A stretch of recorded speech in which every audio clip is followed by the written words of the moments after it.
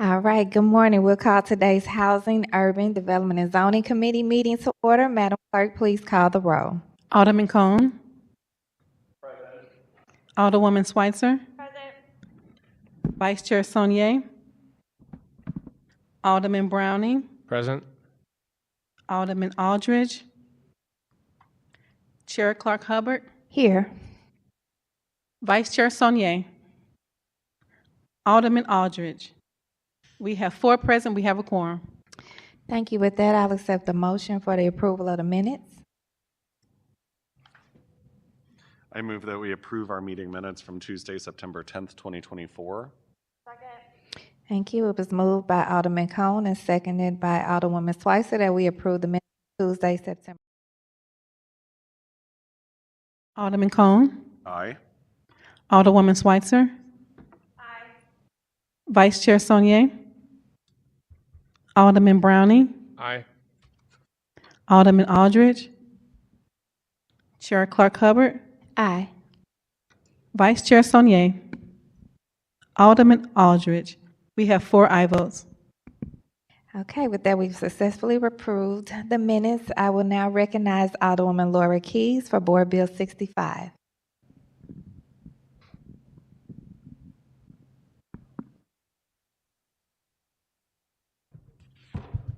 Good morning, Madam Chair and fellow alders. So we're here today. So we're actually hearing this board bill under a new number. Something happened. It ended up getting dropped off of the map and had to be re-entered, and the process kind of restarted. So you're already probably familiar with this particular board bill as it relates to the Negro League Baseball League and the senior building project. And so with that, I would ask for you to review once again. And Mr. Guyton Harvey is here, as well as Zach Wilson with SLDC. Did you have an order you wanted your speakers to come up in, or just maybe be recognized? Mr. Harvey, please. Thank you.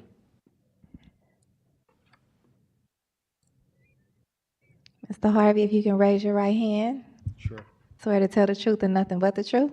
I do. Please proceed.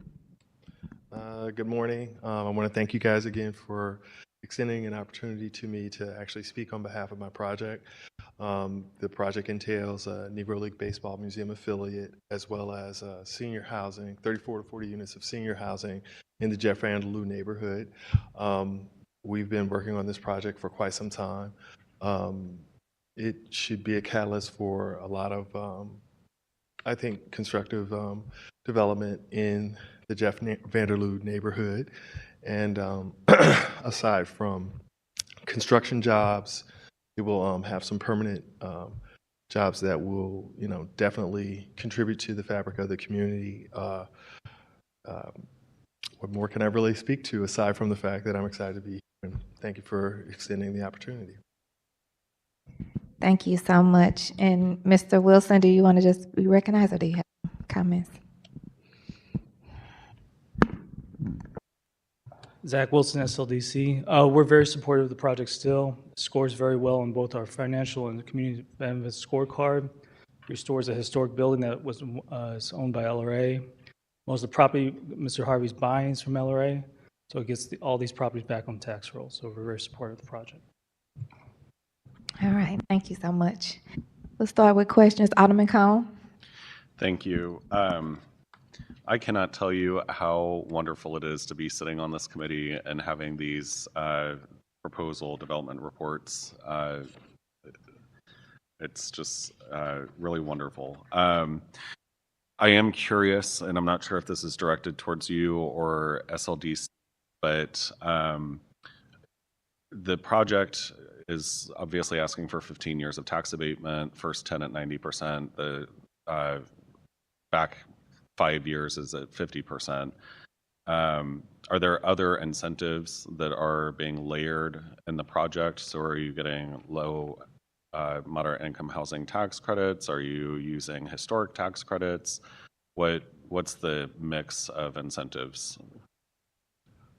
Sure. Our capital stack does contemplate utilizing low-income housing tax credits as well as historic tax credits, as well as perhaps some other incentives that can definitely contribute to the project coming into fruition.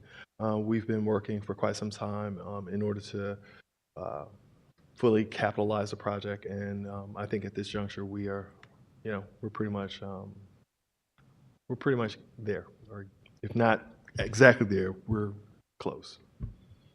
And so just going through the economic analysis here, it looks like you've got new market tax credits, brownfield tax credits, historic tax credits at the state level and the federal level. Your investment team is putting in $1.7 million in investor equity, and then there's private debt of $3 million. Total project cost is almost $18 million. How long do you think it will take for you to become profitable based off of the rent? Well, obviously, your debt service is going to, it's going to be for the 30 years per se. But in terms of profitability, hopefully we could become profitable within 10 years or earlier, but we'll cash flow. So we will have profit, but it's not, significant. Correct. So. Yeah. These types of projects are just extremely difficult to make happen. So, my thanks and appreciation to you for, putting the time and effort to getting it to this place. I don't think that this project would be able to happen without the incentives, that the city that we're discussing here today. And it's part of the reason why we've, created the scorecard and have made sure that we're investing in parts of our city that need these incentives. And so certainly this project is a very worthy project, and thank you. Well, and thank you. I've been in economic development for over 20 years, and I've seen a number of projects in the District of Columbia, and worked on numerous projects. And, St. Louis is my home, and I love the city, and I love North St. Louis. That's where I'm from. And, one of my objectives is to, provide, some type of substantive opportunities. And, while our capital stack and our contemplated financing proposal is definitely come quite a way, come along quite a bit, we are continuing to fine tune how it's going to work. Have you already received the award for the LIHTC? No, we have not. That actually is by application, and that application occurs in December. And are you planning to go for the 7% or the 9% LIHTC? Actually, there are 4 and they're 9. And Or we're 4 going, sorry. yeah, no problem. We're going for the 4%, which is essentially a very good path to proceed. So, and more likely to be awarded than Correct. the 9% for sure. Okay. No, that's all the questions I have. But, well, actually, one last question. So you're from North St. Louis originally. Yes. What attracted you to the building? Well, quite frankly, my father. My father, we would always drive by this building, and he would always say that it was a beautiful building, and it was, it played a role in St. Louis history in terms of streetcars. And I was fortunate later to speak with Andrew Weil, and worked with him to designate the building as a national landmark, and it is on the National Registry, so it's a historic landmark, and it qualified for historic tax credits. So he was very instrumental in assisting us, and Landmarks is a great organization. Wonderful. It's always nice to hear the personal connections to these projects, and certainly wish you all the best as you continue Thank you. during the process here, because it is a very arduous process. I think that's safe to say. Yeah. So thank you for hanging in there and for your investment in our city. Thank you. Alderwoman Schweitzer. Thank you so much, Chair Burden. Thank you, sir, for being here and being here again. I know we've seen you a couple times now, so I appreciate your dedication to the project. I see that it's phased into phase 1 for the main building site and then phase 2. So I would just like a little more information about the timeline and how you expect that to go. The phase one is the commercial building, and what we're hoping to do is actually engage our architect, Grice Group Architects, to engage in the permit set hopefully as early as November. And assuming we get our permit set ready, then we can start construction. We do contemplate actually having some environmental work done prior to that time, or concurrent with that timing. But I'd say as early as November, December, assuming we have certain milestones achieved. Yeah. So, but That's and when then phase- and after the commercial building has commenced in terms of the permit set, we would also like to shortly thereafter engage in having the permit set for the senior housing to also be started. Yeah. And are you working with a nonprofit on the senior housing, or a Yes. little bit more? Okay. And who are you working with? Jeff Randalou Development Corporation. Okay. So the neighborhood group around is very supportive. We have gotten community support. Yes. Okay. And I see here that there was outreach done to the schools, but they have not responded on the proposed development. That might be an SLDC question. That might be. Yeah. Thank you. Yes, we've sent the information to public schools. They have not responded to several of the projects we've presented to them, so. Okay. Well, it's a significant increase in what they're getting in Correct, yes. tax money now. Can you go over a little bit more? I know we talked about it's not, there's no money coming in for a lot of this, but you're Yeah, looking at. I'll let Jake hear from our Okay, financial. that'd be great. Thanks. Good morning. Yes, I believe when we ran this through our model, base taxes are actually zero Right. for these lots. So it's kind of all benefit just off the top. The assessments are pretty low in general, just compared to other commercial lots in the city, even after development due to location. But we're projecting average taxes during the abatement of a little over 16,000. So a little over half of that would go to the school district every year. So we'll say $8,500, $9,000, and then taxes after abatement of just under 70,000. And that reflects both phases, so both the museum as well as the LIHTC unit. Some of the properties are currently occupied around there, and then folks will be relocated. Not in the commercial property, of course, but I do not believe so. I don't. No, it's every property. Okay. In the board bill, it says,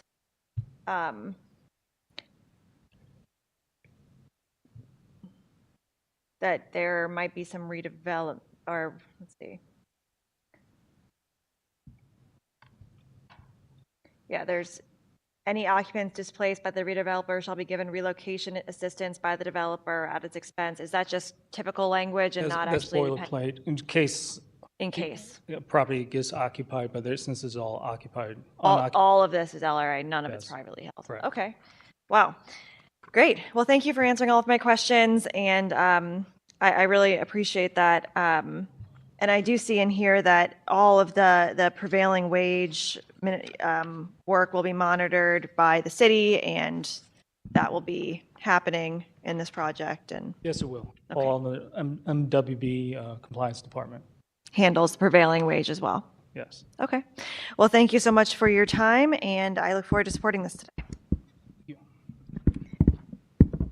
Thank you. Alderman Browning. Thank you. I supported this last time around, and I'm happy to support it again. This is a really exciting project, and I'm just thrilled to have this investment kind of come into this neighborhood and make use of former LRA land. A win-win-win-win for the city.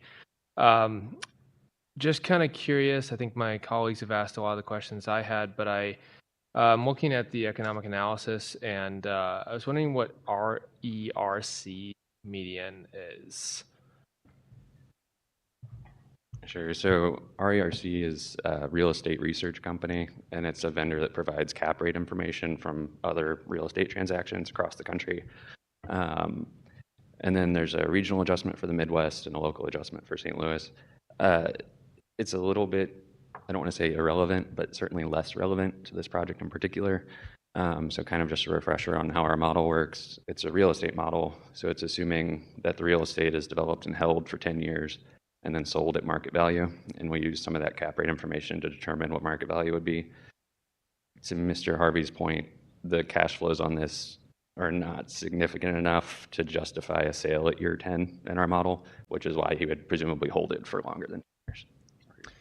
Okay, that's helpful. I just was curious, and that makes lots of sense to me. And yeah, I'm also really thrilled about the MBE, WBE benefit here, and just the focus on the museum is also just wonderful. So look forward to visiting this when it gets built, and best of luck with the project.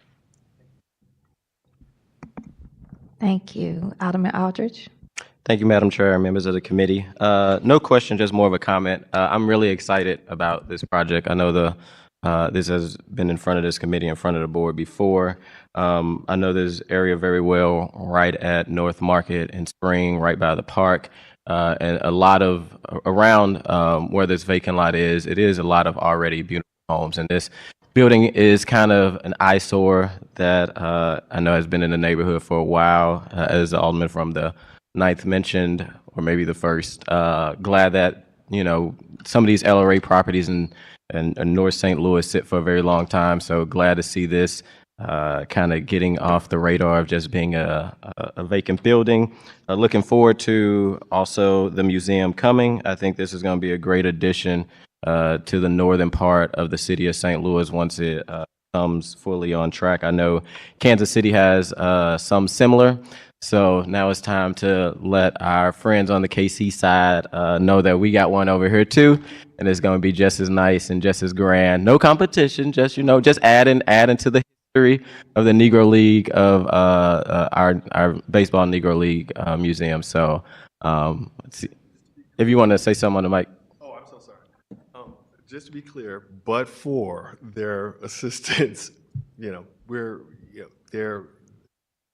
all things lead back to Kansas City. Absolutely. But they've been very helpful. And that's amazing to have that kind of regional collaboration and partnership. And I worked with some of the Negro League museum individuals in Kansas City on the state level, and they do really great work over on that side. So I think this is going to be a really exciting project, and just want to thank everyone who had a role to play in it, and also just want to kind of double down again from what the alderwoman from the 1st said. I think it's always important to make sure that when we have these meetings that we also have a duty, since he's alive, to educate the public.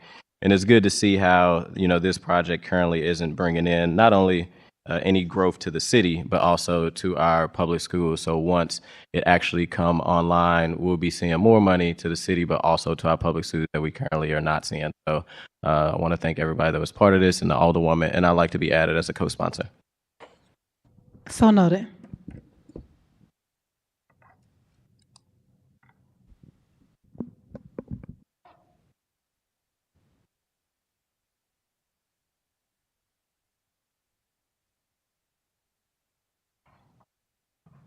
There it goes. Okay. Vice Chair Sanye, did you have any?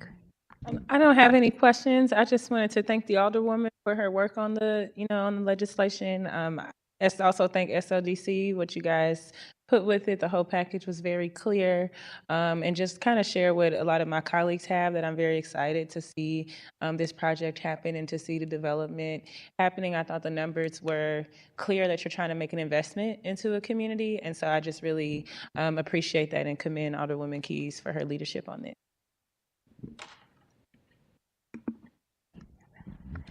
All right, thank you.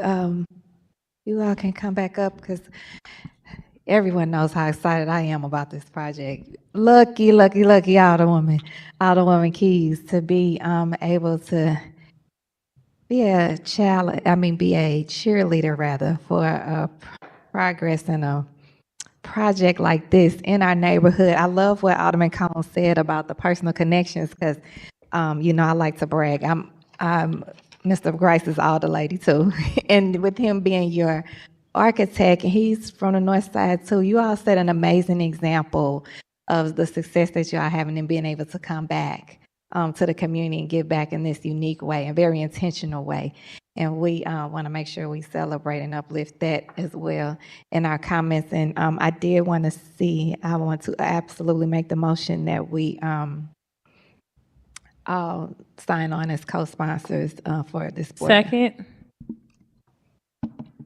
So it was motion by me that we are all added as co-sponsors and bank, and seconded by Vice Chair Sanye. Madam Clerk, please call the roll. Alderman Cone. Aye. Alderwoman Schweitzer. Aye. Vice Chair Sonier. Aye. Alderman Browning. Aye. Alderman Aldridge. Aye. Chair Clark Hubbard. Aye. We have 5 aye votes. All right, so with that, we are now all signed on and so forth. And if you have any closing remarks you would like to make, and then we can call Alderwoman Keys back up. Well, I definitely want to thank Alderwoman Keys, also Mr. Grice.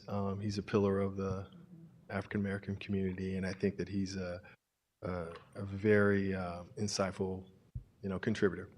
And also, like I said, Mr. Wild was very helpful. We look forward to bringing the project into fruition. Yep. So, all right.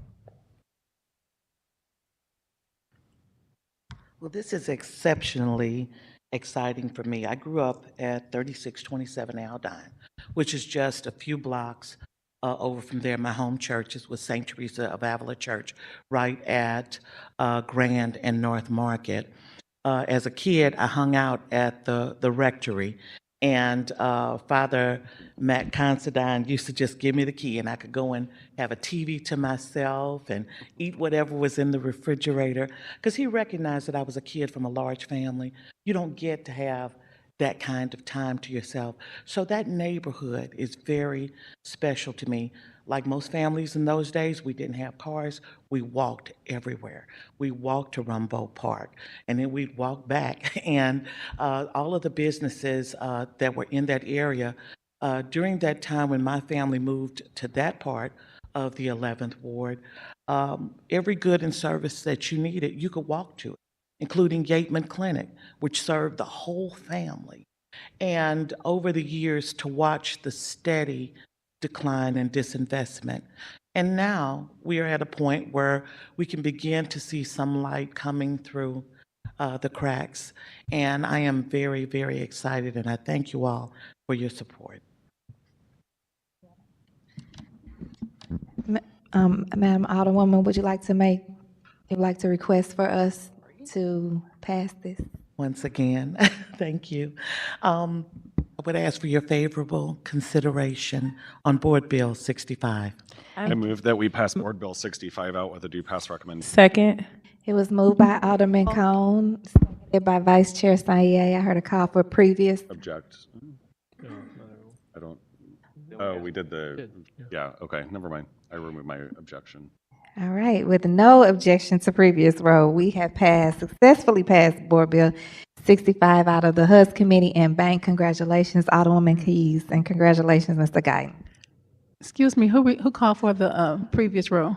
Alderwoman Schweitzer.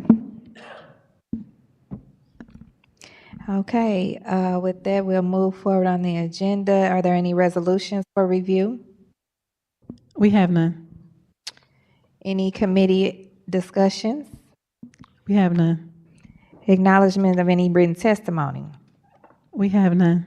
Do my colleagues have any announcements? I'll make sure I make the announcement to say happy National Voter Registration Day. So it's national.